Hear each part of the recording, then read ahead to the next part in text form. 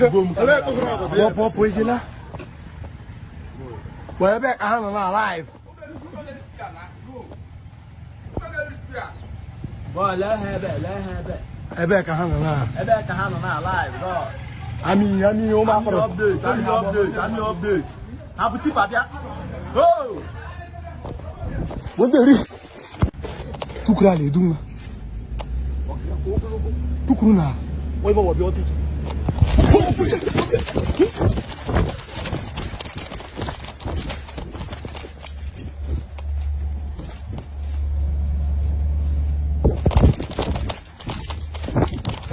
Oh, that is not sad.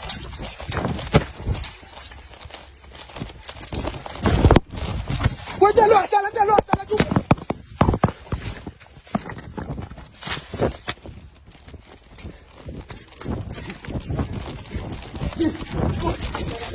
What do you want to say?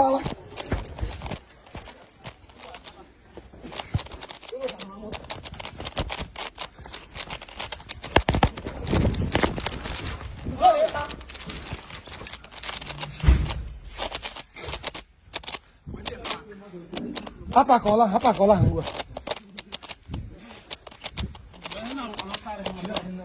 Monte pak kamu cep. Bang takara la bo. Bo seren ngwen bo. Amo takara la penu bo easy ble. Oh easy ble. Please, if you are visiting my YouTube channel for the first time, subscribe with us and turn on your notification button. Hello, Biafrans. Welcome to Magnetic Jigs TV. Good morning, good afternoon, good evening, depending on your time zone. Today being 13th of September 2025, we, the team of Magnetic Jigs TV, is bringing this news live and direct to you. It is happening in Umuaka. It is also happening in Alondizog and Okiwe, precisely. But most especially, I think it is now in Umuaka because some security concerns has been assigned by the governor of Imo State, Hope Uzodimma. He sent more troops than to Umuaka because of some disturbing videos that has been trending on social media. So according to the security personnel, they were sent to Umuaka to go and arrest oil money and some other NDBC and some other Biafran liberation guys that are operating in Umuaka as is. Because so many people reported them to the government, they carry their social media accounts, platforms, and they submitted it to the authority in Owerri. So they organized a group of army personnel, Musa guys and Asari guys, and sent them down to Umuaka to go and buy all those Biafra Liberation Army. So it is now hot in Umuaka, because the Biafra Liberation Army in Umuaka is engaging the Musa and the Asari guys. The sound of the gun is too much. Many people are now running away from Umuaka. Many people are now leaving their ancestral home in Umuaka. And some other part of Imo State, some houses has been burned down, some buildings has been destroyed. And the occupants of those buildings are accusing the Musa guys, saying that it is the Musa guys that burned down their building, that Musa guys is not supposed to have done that to them because the people that are looking for are not occupying any of those buildings. Even one old woman, her house was also burnt down. So the villagers are now lamenting, calling on the people that matters to come and intervene, to come for their rescue, because they accuse the Musa guys of destroying their ancestral home because they don't have any other place to go, if not that building, if not that their village. So guys, what we are telling you from this news today is that Imo State is still bleeding. It is still hot in Imo State, and we have been asking ourselves, why only in Imo State?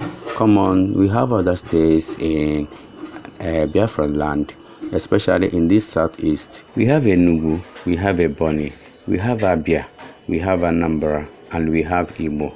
But why is it only Imo State in this southeast? Why?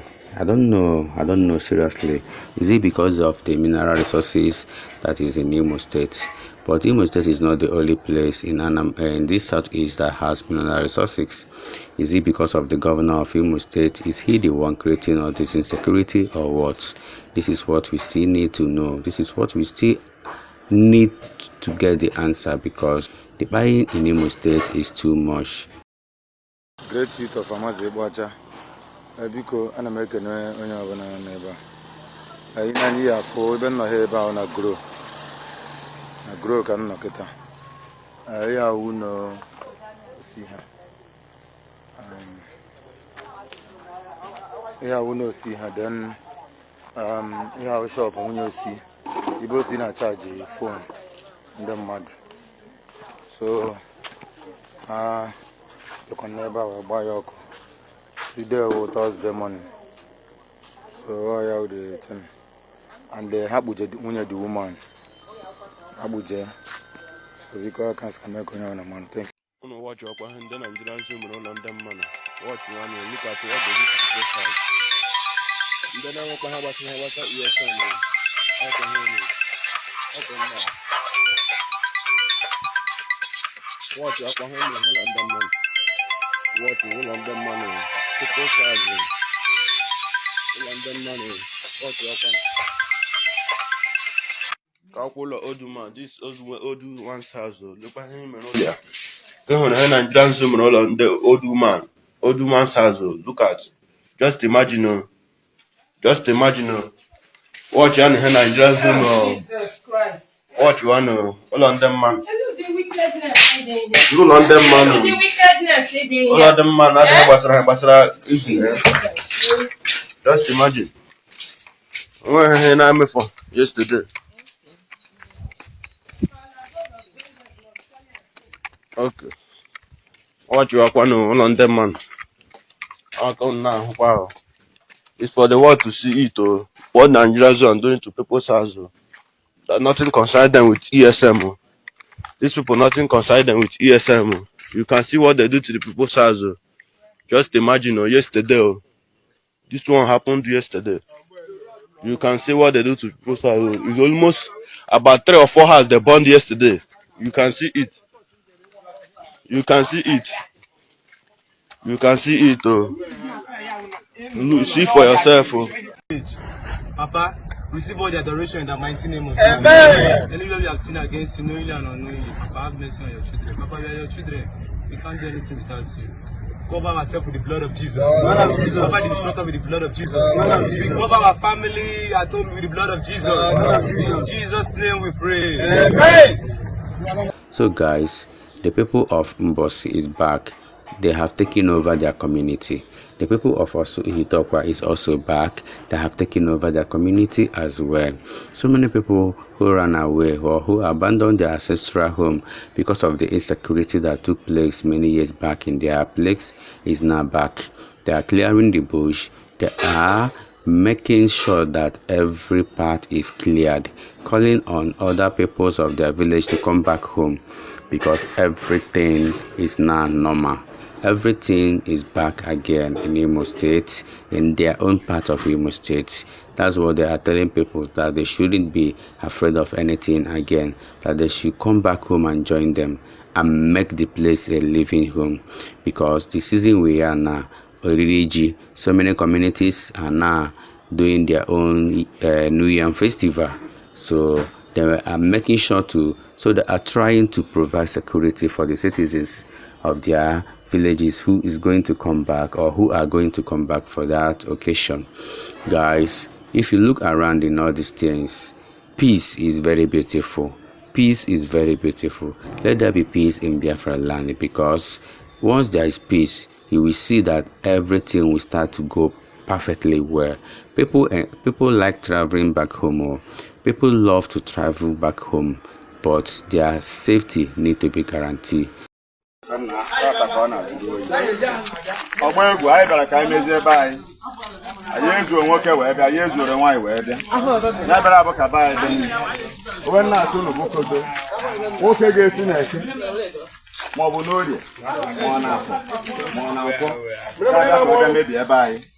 ana ọsụ ga-emebi onye ahụ. Ise. Nwaanyị ga-esi n'eke ma ọ n'oyi ma ọ n'afọ ma ọ na nkwụ ya ka o mebi ebe anyị. Ana ọsụ ga-emebi nwaanyị. Ise. Ọgba egwu ihe anyị na-ekwu tata ma ọ bụ tupu na Tonwobiaju na-ekwubi okwu tata na Nibenna wee na-ekwubi okwu a n'isi yutu niile, n'isi ndị okenye, n'isi ndị nne, n'isi ndị nwunye anyị, n'isi ụmụ anyị mụrụ amụ, n'isi ndị ọyị anyị, n'isi ndị na-echekwara anyị a na be anyị wee na-asị na kekaka ga-ama anyị. Ise. Ga-ama anyị. Ise. Ihe ọ bụla bụ ihe ike ke nwoke na-echebere anyị, ke nwaanyị na-echebere anyị, onye gwọcha ajụ ya bụrụ n'isi maka ọ na-abụ okpoto gwọcha ajụ bụrụ n'isi aja anyị ọtụ ekwosi na nwoke ga-afọ anyị zọba njem ọjọọ o jiri iru jecha nya were azụ lata. Nwaanyị ga-afọ anyị zọba njem ọjọọ o jiri iru jecha nya were azụ lata. Ihe anyị na-ekwu tata bụ na olulu ọ bụla egburu na anyị ọsụ bụ nke na-eri ndụ nwoke na-eri ndụ nwaanyị ka anyị na-etiwa mmanya na iro ata ihe ike niile dị na nọọsụ na-ajụ oyi. Otu a ka anyị kwuru na eke, otu a ka anyị kwuru na oyi, otu a ka anyị kwuru na anyị kwuru ka o si ga-emebi ọbụkwa na ya Otu a ka ọ dị. Obi bụ n'ofu. ka ọ gbara ihe anyị kwuru taa ekwusi ihe mere bọtụrụ anya Ọ ka ọ dị.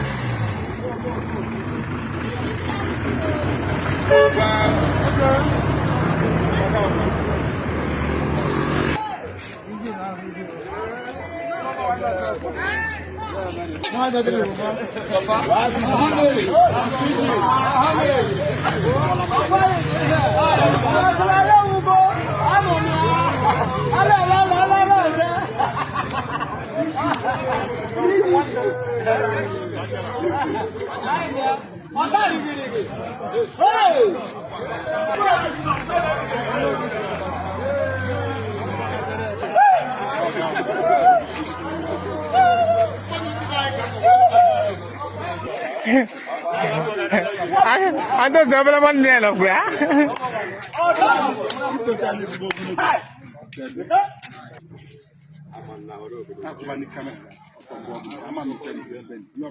Saya mana ngomong master degree lah foto kaya nak ya. Empa. Na mbọsị anyị maatị anyị ụnụ n'anya na ndị mmadụ hiri nne ya ndị MTN bịara today ebe restore network masị ụnụ n'anya na power gallant men ka ha si nọrọ m n'akụkụ mbọsị adịgo m everybody na-adị ihe ndị security no duty na this area ndị nọ m n'akụkụ ya na power personnel ka ha nọ sị ka anyị kene mbọsị. I believe God now between now and Friday this weekend and the MTN got to start charging our network. The engineers in the numbers now.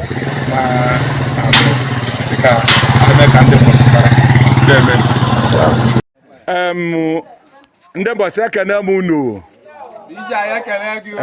Anyị nọ na-eke mbọsị kịta. Onye bịara ineta ndị mbọsị bụ Ụkpaka na ala ete. A nọtara mbọsị taa. Sị ka abịa kene ndị mbọsị.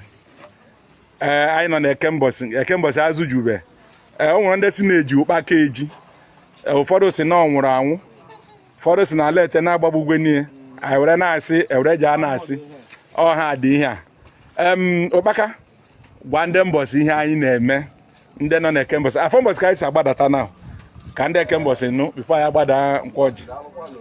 Anyị mana mbọsị adajụ ebe a. Mkpụrụ mmadụ abụọ ha bụ mbọsị. Anyị ka ahụ.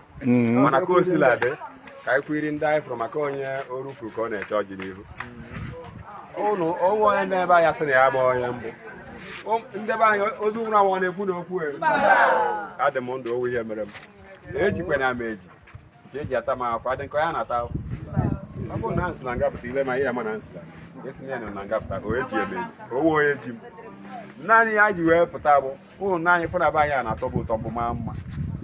Mgbe mbụ ebe a na-eru ụdị ahịhịa oru ahịhịa ebe a na-eru ahịhịa ụnụ ma mgbe m na ebe a na-eso n'onye na-adị agansị na ọ bụrụ na arụ ebe arụ ibi na onwere oge emekọta sị na ndị nọ n'ahịa ya pụta maka ihe a na-arụ ebe arụ mana mgbe o ji nwe ka o si dị nga anyị na-eruzi ahịa ọ dị ya ma obi mma onye chọrọ udo isi na ị chọrọ udo udo ya ebidogodo na be gị adụda ibido na be anyị ata anyị wee si na ya apụta ka anyị bịa mee ka udo dị na be anyị ka ụmụnna anyị ndị nke nọ na mba ofesi ka ha nwee ike na-anata onwe nwere mmemme ọ na-eme ọ na-eme ya ebe a onwe nke ị na-arụ onwe wọ narị nwetara ebe nwa ị bịa n'ebe a nụ were ya rụọ one or two things ọ bara anyị niile uru ọ bụrụ na enwe faktọrị dị na okirikiri ebe akịta na-arụ ọrụ o nwere ike mmadụ 5 ma mmadụ 10 a na-arụ ebe anyị sikwa ebe a na-enweta ego eji eme gịnị eji eri nri mana nke ya ebe iwe bịara mechisie asị na nwere nke nwa na-adọ onye dọsara bịa ọma na ihe onye ọbụla dọsara bịa ma ihe o nwere anụ a na-akpọ eleke ntị ọba o jebere ihe ọ na-ejejesi ya pụta wee fụ na etiriri ụlọ ya etiri o wee na-anụ ụsọ ọhịa were aka gbaa nnukwu wee fee n'isi wee sị na ya ma na ọnwa anyị tiriri ụlọ na nwoke mụ ihe o riri lakpu ịrụ na ya anọkọta je kpasa ụlọ mmadụ ibie so na onye mụ ihe a na-emebi ibie and onye ọbụla nwere mmadụ ọ bụrụ na o nwere ikwu gị nwee ibe gị sokwana ihe a na-eme kpọọ ya sị ya na mmụnwa bụ ọkpakasị ya megene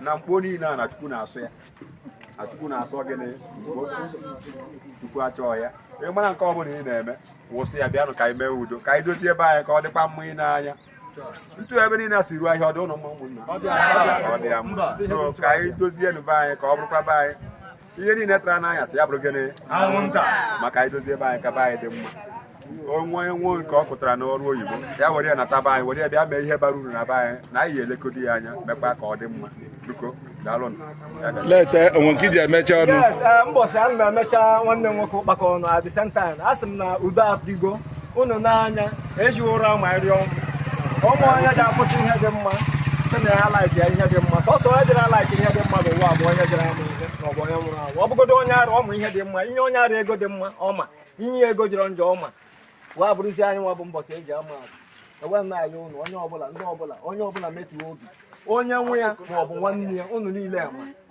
nwanne gị nwa di gị nwa be gị nwanna gị onye ọbụla ịma bụ onye na-emebu ihe dị ntụwa mgbe gara aga so ndị a wee na-eme ihe na-emebisi na-egbu ụlọ ndị mmadụ ọkụ na-emesi ihe dị iche iche ụdị afọ ihe ọzọ ya gwa ya lọpụtabala ụzọ adịghị ebe ahụ ọkwụnụ na ihe m na-ekwu ya lọpụtabala ụzọ adịghị ebe ahụ ka anyị gbado ụkwụ n'ala mbọsị anyị na nga abụba anyị ọnwa ebe ọzọ anyị nwere ijecha London jecha obodo oyibo jee ebe ọbụla sọrọ gị ijechakwa ị ga-alụbe nna gị onye jiri enwe ebe ọ na-alụ ọnọdụ ka onye anụ nọ n'ime ọhịa so ewe na-ayọ unu biko na osita dị mma ọ dịbara n'igbo and ndị mbọsị chọrọ ka ọ dị mma anyị chọkwuru ka ụlọ ụka anyị kwa ụlọ akwụkwọ anyị desi ihe elu n'ala etobi ọhịa ọ dị na mma ụdị ihe dị ntụ afọ bịara mgbe mbọchị jiri bido ewe na-ayọ bido tadị mma ọ dịbara gboo ka anyị niile nye aka onye nwere ebe o si ya enye aka ọnwụ ikwu gị na ibe gị nwa nọ n'ibe dị ya chigatabara ụzọ adịghị ibe ahụ ka e nwee ebe eji azụ eje bụla ala iyi so biko nụ onye ọbụla pụtaba ka anyị sita zaa nzọziri m mezibe mbọsị anyị ka mbọsị anyị dị mma. No place like home. I hope you know. No place like home. Home the sweet. But all we are saying is Kudoshia, Nimo State, Kudoshia, Anambra State, Kudoshia, Enugu State, Kudoshia, Ebonyi State, Kudoshia, Abia State, Kudoshia, na Igbo land, Kudoshia, na Biafra land entirely, Kudoshia. Let all this unnecessary buying stop. Thank you fans, thank you everyone watching this video. Remember to subscribe with us, Magnetic Chicks TV. We remain the best. Do us a favor to share this video and let us interact in our comment section. Let's go. We all love you. Bye.